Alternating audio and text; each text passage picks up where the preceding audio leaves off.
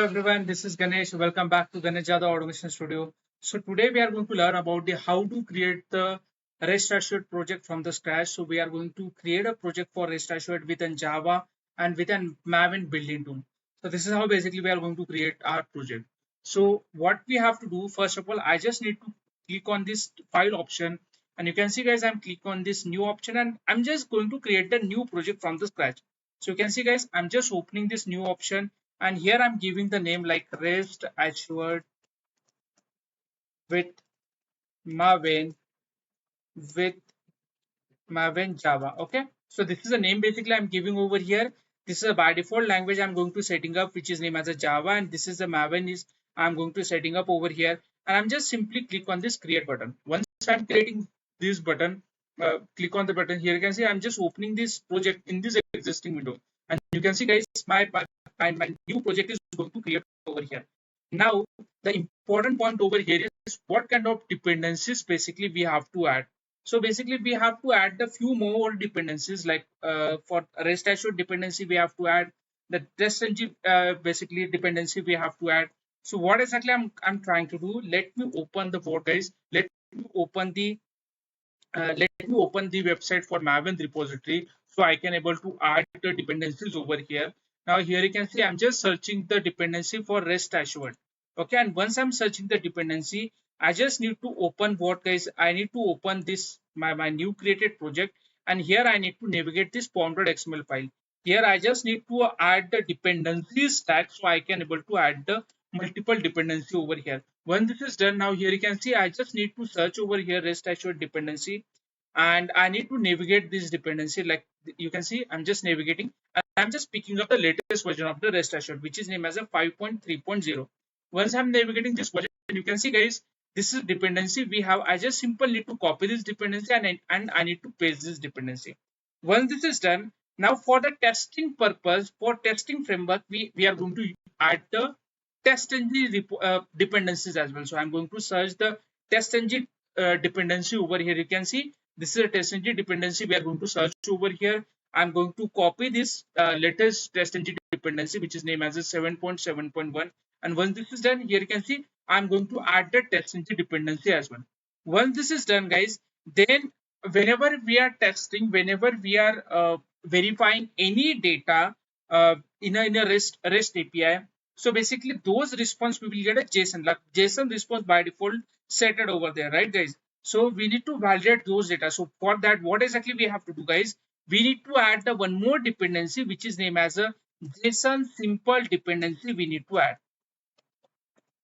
So we can able to verify those dependencies. So you can see guys, there is a lot of dependency we have, but we must need to copy which dependency, guys? This JSON simple Google dependency you have to copy it. Okay, so I'm just navigating this first dependency here, and you can see guys, 1.1.1 this version basically I need to copy. Once I'm copying this version, you can see guys, I'm simple going to add this dependency over here. Once we are done with this thing, guys, and the last dependency we are going to add, which is named as a ham crest. Okay, now what is the use of the ham crest? Basically, you can see this is the ham crest. Basically, we have to search. Now what is the use of this ham crest? Now whenever we want to apply some assertion on our JSON response, that time ham crest basically we have to use. So we are going to use this one second one dependency, which is named as a ham crest all. So this dependency we need to copy. So 1.3 version we need to copy over here. Once you copy, I need to paste it over here, and this is the four dependencies basically what, guys, I need to copy it over here. And once this is done, I'm going to load the dependencies. So my project is going to reload over here. You can see guys, all these four dependencies going to install over here. You can see all these four dependencies properly installed. And if I'm navigating this external library, you can see guys, these are the all four dependencies you can able to see over here. This is a ham crash dependency you can able to see. Simple simple JSON dependency you can able to see. REST assured dependency you can able to see. JSON path related dependency also you can able to see over here. So this is how the all dependencies basically we added. Now what I would like to tell you, now I'm going to opening up the particular open source REST API website where you can able to do the practice. Now here you can see guys, we will have a REST REQRES. This is a website basically we have. You can see guys, I'm just navigating this website, and this website provides the dummy data basically, like fake data basically provided by these websites. If you are navigating, if you are scrolling down, you can see guys these many test data basically available over here. Now what exactly you have to do guys? Now suppose I'm just performing the basic test case I'm going to automate over here. Like this is a get request I'm going to automate over here. So in this get request, you can see guys, if I'm navigating this data, basically this get request have only a query parameter and you don't need to pass any body over here, right? And you will get this kind of response basically once we hitted this response. You can see guys, if I'm hitting this separate response, you can see this separate request. So you can see guys, this kind of response basically you will get. So what exactly we have to do over here? Now we are going to start the automation of our test cases. So what I'm trying to do, I'm just going to create the new test class over here. You can see in this test class here, I'm going to create the new test class like rest, sorry, my bad, rest assured test. Okay. So this is a test class basically I just created over here.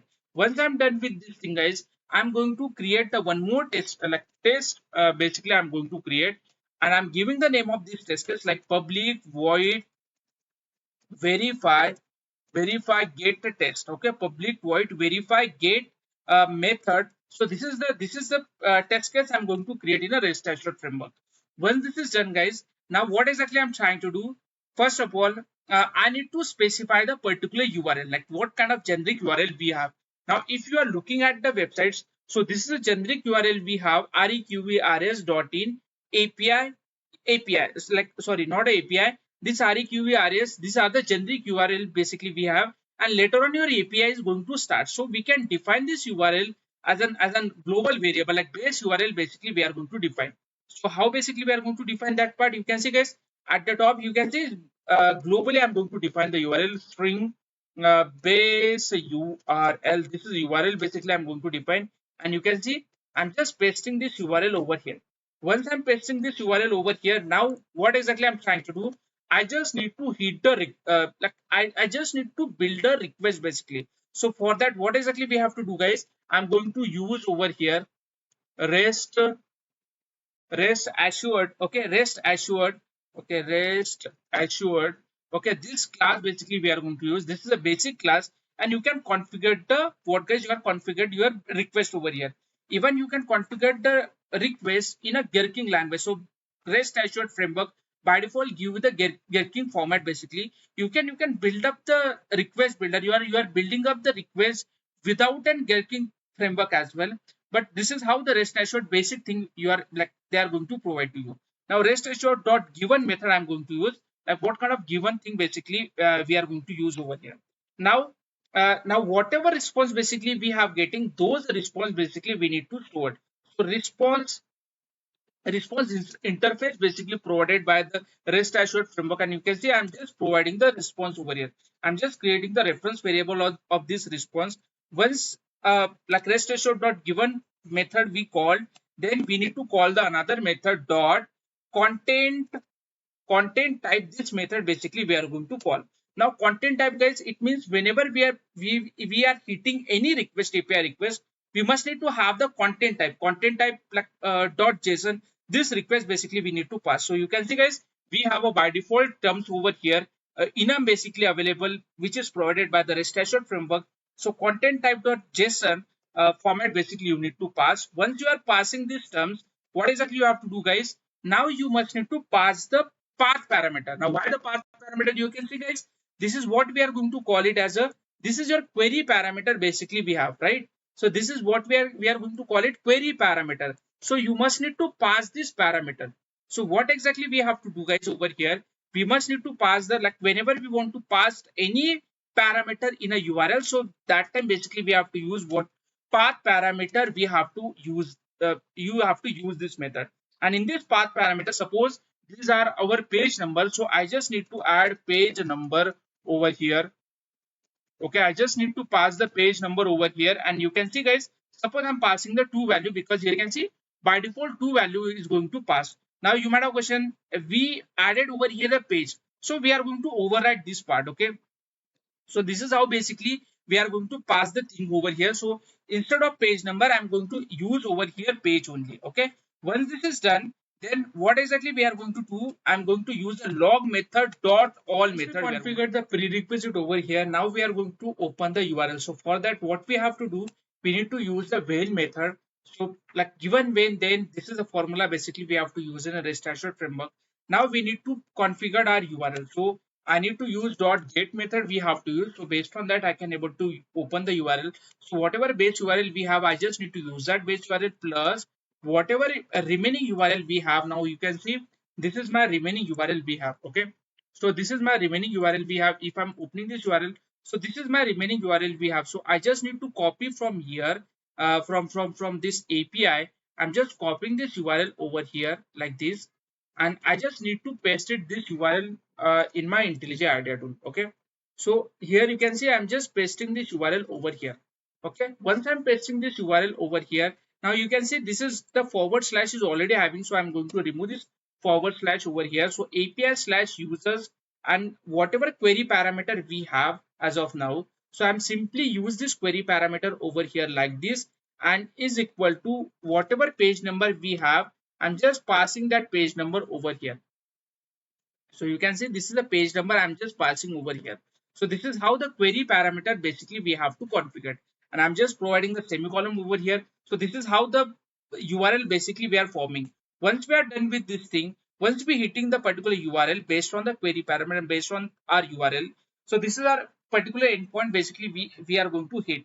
Now what we have to do, we must have to validate the response. So what we have to do, simple response we have to get, and whatever response basically we get. So first of all, I'm again going to print the all response with the help of the log.all method. And you can see guys, I'm going to use the then method over here. Once this is done, then what I'm going to use, I'm going to use assert that method. I'm going to use with the help of this assert that method, I'm going to perform the assertion. So first of all, I'm going to verify the status code. So whenever I'm hitting the request, you can see this is a response code basically I'm getting, which is named as a 200. So I'm going to add this response code over here. Once we are done with this thing, guys, once we are verifying the status code, we are going to add what, guys?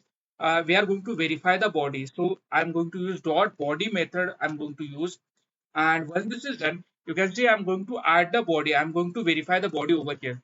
Now, if you're looking at the body here, you can see this is the body, and the first bit we have, which is named as a page. So what exactly I'm trying to do, I'm just going to add the page over here. I'm going to verify the page over here. So here you can see in double quote, I'm going to mention page over here, and comma matches class I'm going to use. So matches class basically used for what? Whenever we want to verify the response code of the API, that time matches class we have to use. This matches class provided by the Handcrest all dependency, which we already import. So matches dot equal to method we have to use over here. You can see, and I'm going to pass the two parameter over here. So these are two things basically I'm going to pass. Now you can see if I'm going to opening up over here, you can see as page 2. So this is how basically we are going to verify, and at the last I'm going to provide the semicolon. When this is done, I'm going to rerun this test case, and you can see what exactly happened in the response. So my test case is going to run, and you can see that my URL is going to hit over here, and my test case is going to pass. Now let's review our whatever request basically we passed. You can see we passed the content type, which is named as application JSON. When this is done, so we don't have a body, so that is why it is not going to print. And you can see like whatever status code basically we have, those status code is also going to print over here. You can see. So this is what the status code basically is going to print on the console. And if I'm going to scroll down, you can see the whole body, whatever response basically we have, that response also going to print. So this is how basically we can able to automate our GET request, and this is how basically we can able to create the REST assured project from the scratch. That's it for today, guys. Thanks for watching.